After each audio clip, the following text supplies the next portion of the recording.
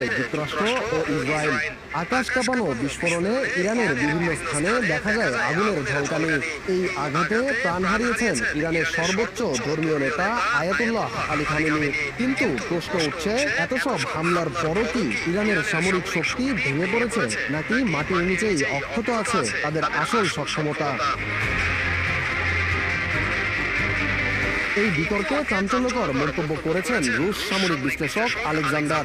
রাশিয়ার presidential academy of national economic and public অ্যাডমিনিস্ট্রেশনের সঙ্গে যুক্ত থাকা এই বিশেষজ্ঞের দাবি, যুক্তরাষ্ট্র ও ইসরায়েলের ব্যবহৃত আধুনিক অস্ত্র ইরানের মাটির গভীরে থাকা স্থাপনাগুলোতে আঘাত হানতে পারেনি। তার ভাষায়, এসব ভান্ডার বহিরাগত হামলার বিরুদ্ধে প্রত্যাশার চেয়েও বেশি সুরক্ষিত প্রমাণ হয়েছে। আলেকজান্ডার বিশেষভাবে উল্লেখ করেন যুক্তরাষ্ট্রের শক্তিশালী বাংকার বাস্টার বোমার কথা।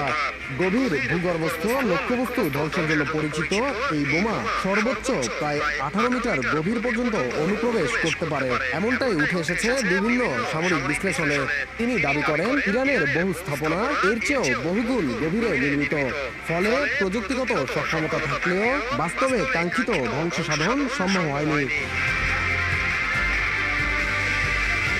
তিনি আরো বলেন, ইরানের অনেক অস্ত্রভান্ডার শক্ত পাথরের স্তরে আচ্ছন্ন, সামরিক দুর্গের মতো সুরক্ষিতভাবে নির্মিত। দীর্ঘ পরিকল্পনা, প্রকৌশলগত নকশা এবং গোপন নেটওয়ার্কের মাধ্যমে গড়ে ওঠা এসব স্থাপনা কেবল প্রচলিত বোমায় নয়, আরো শক্তিশালী আঘাতেও টিকে থাকতে পারে। এমনকি কিছু স্থাপনা আংশিকভাবে পারমাণবিক অভিঘাত সহ্য করার মতো সুরক্ষা ব্যবস্থাও বহন করতে পারে। একই ধরনের দাবি করেছেন ইরানের অ্যারোস্পেস ফোর্সের কমান্ডার।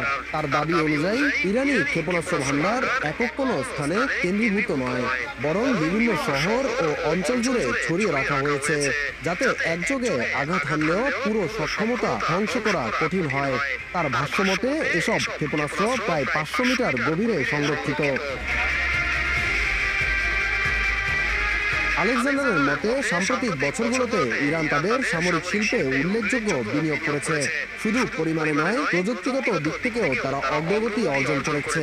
উদাহরণ হিসেবে তিনি উল্লেখ করেন মাঝারি পাল্লার ব্যালিস্টিক ক্ষেপণাস্ত্র খাইবার শেখান এবং হাইপারসনিক ক্ষেপণাস্ত্র ফাত্তাহ 2 এর কথা।